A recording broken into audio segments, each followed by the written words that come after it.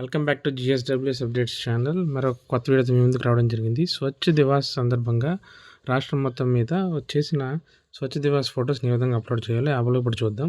మనకి ఇచ్చిన app open చేసినట్లయితే ఇంటర్ఫేస్ ఈ విధంగా ఉంటుంది. అందులో మనకి department, district, mandal, village name select చేసుకున్న తర్వాత రిప్రజెంటేటివ్స్ కానీ గవర్నమెంట్ అఫీషియల్స్ కానీ ఎవరైనా అటెండ్ అయినట్లయితే వారు కేటగిరీలో సెలెక్ట్ చేసుకుని వారి యొక్క నేము, డిజిగ్నేషన్ ఇక్కడ ఎంటర్ చేయవలసి ఉంటుందండి. ఆ తర్వాత మనకి ఏం అప్లోడ్ చేసుకోవాలో ఒకసారి చూద్దాం.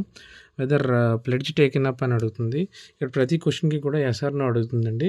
ఎస్ అని క్లిక్ చేసినప్పుడు కంపల్సరీగా కింద ఫోటో అప్లోడ్ చేయవలసి ఉంటుంది. అదే మనం చూద్దాం one by one. First one pledge అండి. ఎస్ అయితే ఎస్ అని పెట్టి ఫోటో అప్లోడ్ చేస్తాము.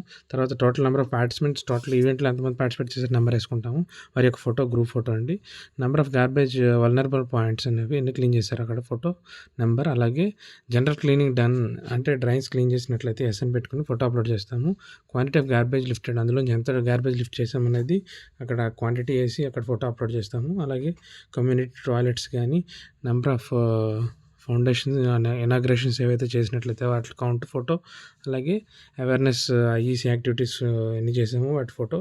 లాస్ట్లో సబ్మిట్ చేసినట్లయితే మనకి డేటా సబ్మిట్ అవుతుంది. Thank you very much.